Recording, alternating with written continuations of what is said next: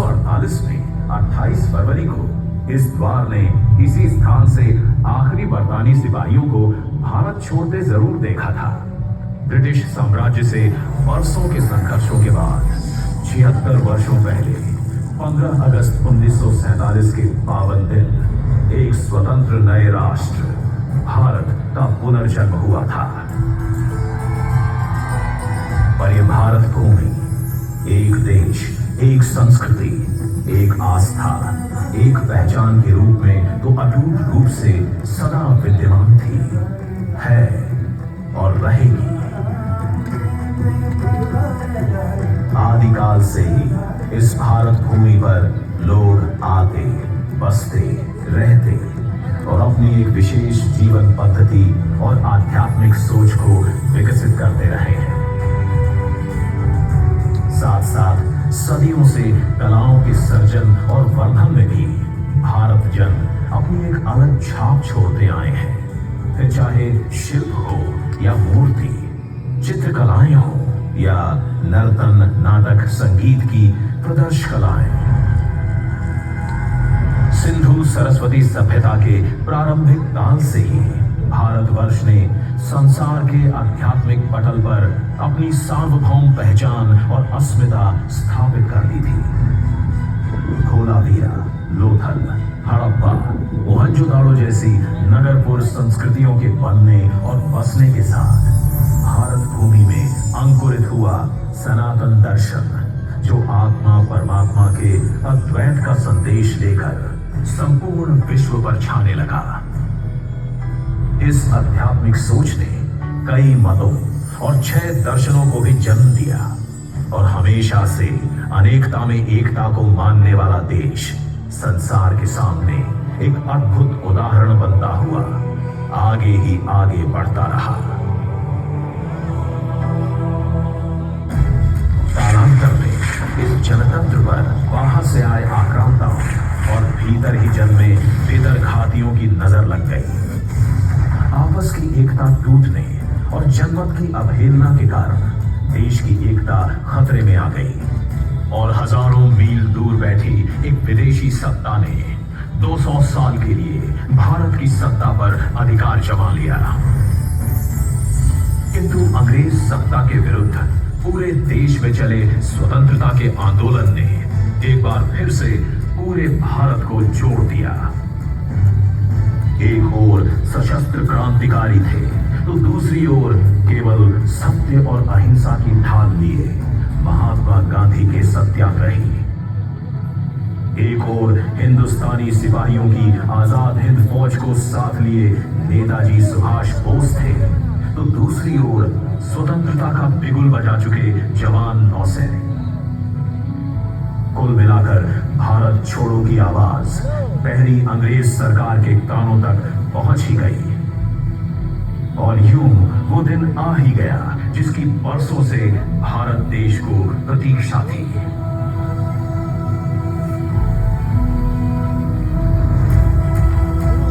स्वतंत्रता प्राप्त करना जितना महत्वपूर्ण था, नए नए स्वतंत्र राष्ट्र के लिए एक नूतन मार्ग प्रशस्त करना और उसकी अखंडता को अक्षुण्ण रखना सौभाग्य से डॉक्टर राजेंद्र प्रसाद के संरक्षण और डॉक्टर भीमराव अंबेडकर के मार्गदर्शन से लोकतंत्र की जननी धरती ने अपने लिए जनतंत्र को ही चुना।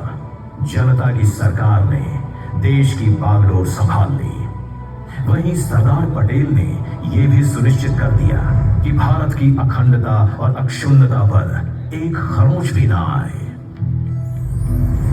दुनिया के सबसे विशाल जनतंत्र भारत में पिछले 76 सालों में अलग अलग मतों, दलों, गुटों से आए 14 प्रधानमंत्रियों ने इस लाल किले से स्वतंत्रता दिवस के दिन तिरंगा फहराया है और देश के जनगण से बात भी की है।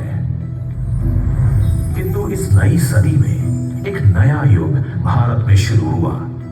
वर्ष में केवल एक बार लाल किले की प्राचीर से या कभी कभार जनसभाओं में और किसी आपात स्थिति या युद्ध काल में रेडियो टीवी से जनता से बात करने की बजाय हर महीने ही जनता के मन मानस की बात सुनने और अपने मन की बात जनगण से करने की एक नई परिपाटी रच डाली। सन 2014 के मई माह में प्रधानमंत्री की शपथ लेने के 5 महीनों के अंदर ही प्रधानमंत्री श्री नरेंद्र मोदी जी ने ये समझ लिया था कि अभी तक देश में नेता तो माइक पर बारंबार बहुत कुछ बोलते आए हैं, किंतु जनता के दिल की बात सुनने और उनसे अपने देश की बात करने के अवसर और मंच बहुत ही सीमित होते हैं। इसीलिए 3 अक्टूबर 2014 को आदरणीय प्रधानमंत्री नरेंद्र मोदी जी ने एक नया काम शुरू कर दिया।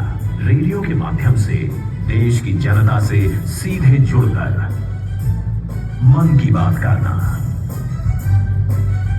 टीवी और कंप्यूटर के युग में रेडियो क्यों?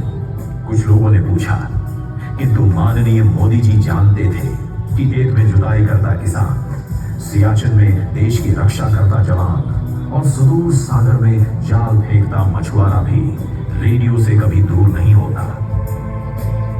इसीलिए जनता से पूरी तरह जुड़े एक गरीब घर में जन्मे पले बढ़े जननेता मोदी जी ने रेडियो जैसा सीधा साधा सस्ता साधन जन जन से जुड़ने के लिए अपनाया।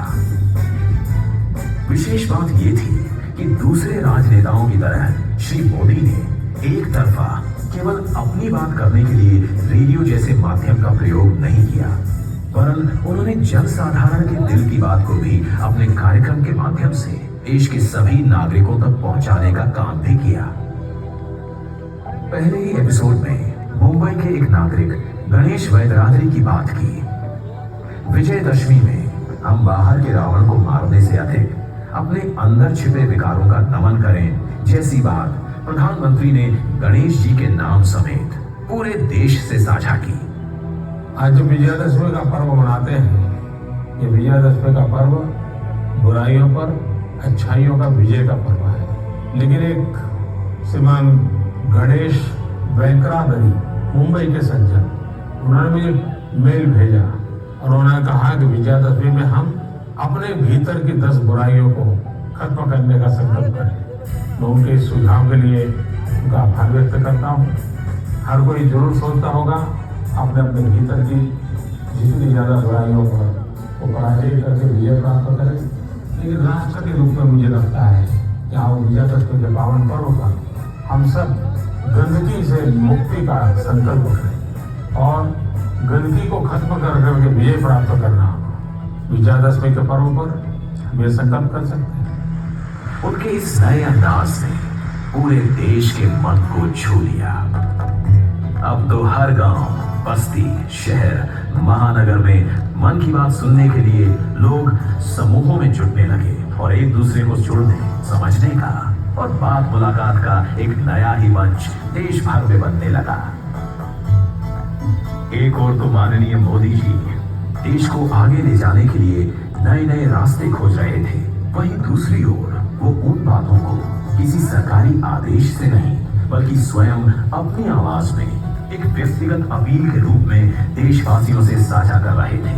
दिवाली पर लोग यदि नए कपड़ों में खादी भी खरीदेंगे तो गांव-गांव में जुलाहों और नगर नगर में दस्तकारों का भला होगा। ये किस सरकारी आदेश का हिस्सा हो सकता था?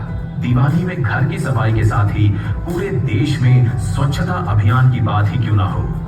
हर घर ही नहीं, हर दिल तक पहुंचाने का इससे बेहतर क्या तरीका हो सकता था?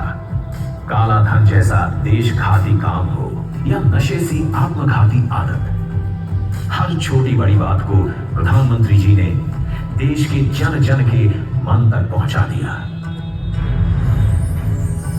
जनवरी सन 2015 में मन की बात में एक नया मोड़ आया और वो भी एक विश्वव्यापी बदलाव। भारत की यात्रा पर आए अमेरिकी राष्ट्रपति श्री बराक ओबामा भी आज पहली बार प्रधानमंत्री मोदी जी के साथ श्रोताओं के सवालों का जवाब भी दे रहे थे और उनसे अपने और अपने देश अमेरिका के मन की बात भी कर रहे थे। अभी पिछले कुछ महीनों में ही देखें तो मोदी जी ने नवंबर और दिसंबर में देश के नए प्रभावी कदम यानी G20 की अध्यक्षता की जिम्मेदारी लेने पर देश को बधाई भी दी और इस चुनौती की जिम्मेदारियों के प्रति भी सबको चेताया। साथियों, G20 की अध्यक्षता हमारे लिए एक बड़ी अपॉर्चुनिटी बनकर आई है। हमें इस मौके का पूरा उपयोग करते हुए ग्लोबल गुड, विश्व कल्याण पर फोकस करना है, चाहे पीस हो या यूनिटी, पर्यावरण को लेकर संवेदनशीलता की बात हो या फिर सस्टेनेबल डेवलपमेंट की। भारत के पास इनसे जुड़ी चुनौतियों का समाधान है। हमने one earth, one family, one future की जो थीम दी है, उससे वसुधैव कुटुंबकम के लिए हमारी प्रतिबद्धता जाहिर होती है। हम हमेशा कहते हैं, ओम सर्वेषां स्वस्तिर्भवतु, सर्वेषां शांतिर्भवतु, सर्वेषां पूर्णं भवतु, सर्वेषां मंगलम भवतु। ओम शांति शांति शांति। अभी इस वर्ष जनवरी में प्रधानमंत्री जी ने अन्य बातों के अलावा देश के सर्वोच्च पद्म सम्मानों के बारे में अपने मन की बात बताई और कहा कि अब नए भारत में कैसे साधारण जनों को भी पद्म पुरस्कारों से सम्मानित किया जाता है, यदि समाज के प्रति उनकी प्रतिबद्धता और अभिदान बड़ा हो। जमीनी स्तर पर अपने समर्पण और सेवा भाव से उपलब्धि हासिल करने वालों को पीपल्स पद्म को लेकर भी कई लोगों ने अपनी भावनाएं साझा की। इस बार पद्म पुरस्कार से सम्मानित होने वालों में जनजातीय समुदाय और जनजातीय जीवन से जुड़े लोगों का अच्छा खासा प्रतिनिधित्व रहा है। जनजातीय जीवन शहरों की भागदौड़ से अलग होता है, उसकी चुनौतियां भी अलग होती हैं। इसके बावजूद जनजातीय समाज अपनी परंपराओं को सहेजने के लिए हमेशा तत्पर रहते हैं। जनजातीय समुदाय से जुड़ी चीजों के संरक्षण और उन पर रिसर्च के प्रयास भी होते हैं। ऐसे ही टोटो, हो, कुई, कुवी और मांडा जैसी जनजातीय भाषाओं पर काम करने वाले कई महानुभावों को पद्म पुरस्कार मिले। यह हम सभी के लिए गर्व की बात है। फरवरी में आदरणीय मोदी जी ने जहां स्वर साम्राज्ञी स्वर्गीय सुश्री लता मंगेशकर जी को उनकी पहली पुण्यतिथि पर याद किया, वहीं आज के उन युवा कलाकारों को भी सराहा जिन्हें अभी हाल ही में संगीत नाटक अकादमी ने बिस्मिल्लाह खान युवा पुरस्कार से सम्मानित किया था। मेरे प्यारे देशवासियों, बात बनारस की हो, शहनाई की हो, उस्ताद बिस्मिल्लाह खान जी की हो, तो स्वाभाविक है कि मेरा ध्यान उस तरफ जाएगा ही। कुछ दिन पहले उस्ताद बिस्मिल्लाह खान युवा पुरस्कार दिए। ये पुरस्कार म्यूजिक और परफॉर्मिंग आर्ट्स के क्षेत्र में उभर रहे प्रतिभाशाली कलाकारों को दिए जाते हैं। इनमें वे कलाकार भी शामिल हैं जिन्होंने उन इंस्ट्रूमेंट्स में नई जान फूंकी है जिनकी पॉपुलैरिटी समय के साथ कम होती जा रही थी। अब आप सभी इस ट्यून को ध्यान से सुनिए।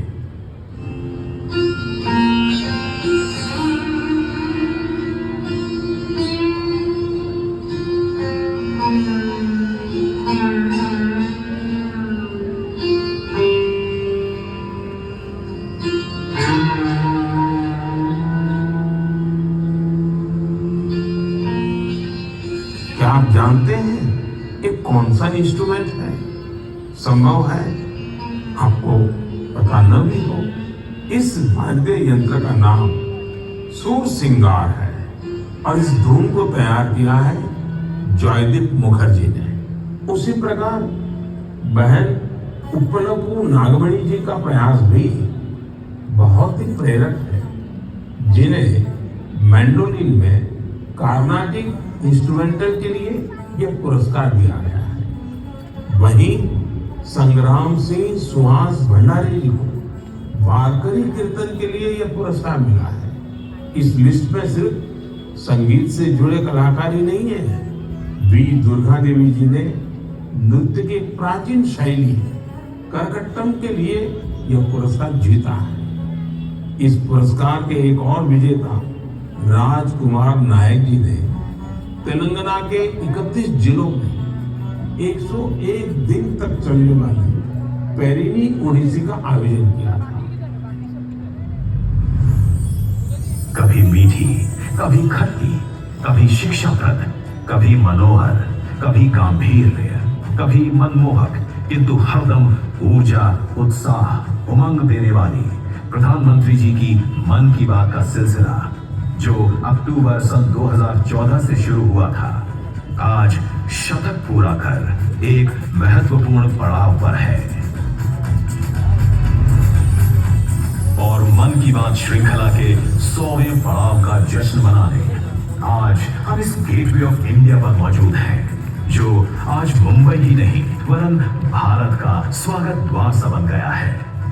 बेसॉल्ट का बना ये 85 फुट ऊंचा द्वार दूर समुद्र से ही भारत आने वाले जहाजियों का खैर मकदम करता नजर आता है, और पास आकर इसकी भारतीय इस्लामिक शैली और उसमें भी गुजरात के जाली के काम की और स्वागत तोरण की झलक साफ दिखाई देती है।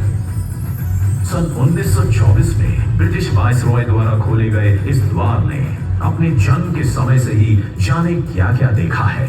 इसने देखा था पास की जेटी पर सम्राट जॉर्ज पंचम को उतरते, फिर सन 1915 में इसकी नींवों ने देखा था महात्मा गांधी को दक्षिण अफ्रीका छोड़कर भारत आते। मुंबई शहर की तमाम ब्रिटिश विरोधी हड़तालों का साक्षी रहा है ये द्वार, और फिर इसने थोड़ी ही दूर पर महात्मा गांधी को भारत छोड़ो की चेतावनी अंग्रेजों को देते और भारतीयों से कहते सुना था, करेंगे या मरेंगे। 1947 में इन पत्थर की मीनारों ने दूर समंदर में युवा नौसैनिकों को अंग्रेजी राज को ललकारते भी देखा था, और ये इन्हीं सब बलिदानों का फल था कि 1947 में हम आजाद हो सके। किंतु इस 100 साल पुराने द्वार ने भी कभी ऐसा देशभक्त प्रधानमंत्री नहीं देखा था, जो देश के अंतिम नागरिक से जुड़ने के लिए अपने मन की बात भी करता है और उनके मन की बात भी सुनता है। आज जब प्रधानमंत्री माननीय श्री नरेंद्र मोदी जी का बोया ये एक और बीज 100 पत्तों से पटा एक सघन वृक्ष बन चुका है, आइए हम भी इस वृक्ष की छांव में चलें और सुने देश के मन की बात और करें देश से अपने मन की बात, क्योंकि जो परिवार परस्पर अपने मन को नहीं खोलता वो एक दूसरे को समझकर आगे भी नहीं बढ़ता। इसीलिए तो आदरणीय मोदी जी ने शुरू किया था ये अनोखा उद्यम। आइए आज से दुगनी ऊर्जा से इससे जुड़ जाएं आप और हम।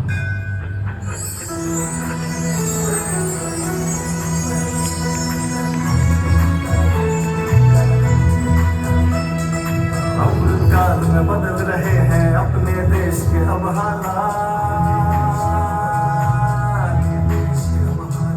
मिलकर हम तुम सब जन अब करेंगे खुलकर मन की बात। मन की बात करने ही से तो समझे जाते हैं जज्बात। मेरे प्यारे देशवासियों, फिर एक बार मन की बात से आप सबके साथ जुड़ने का सौभाग्य मुझे मिला है।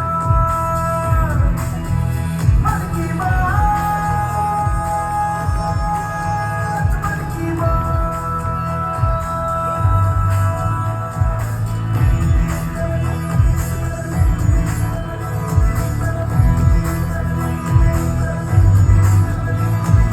इस चौपाल में जुड़ता भारत, असंख्य हिस्सेदारों की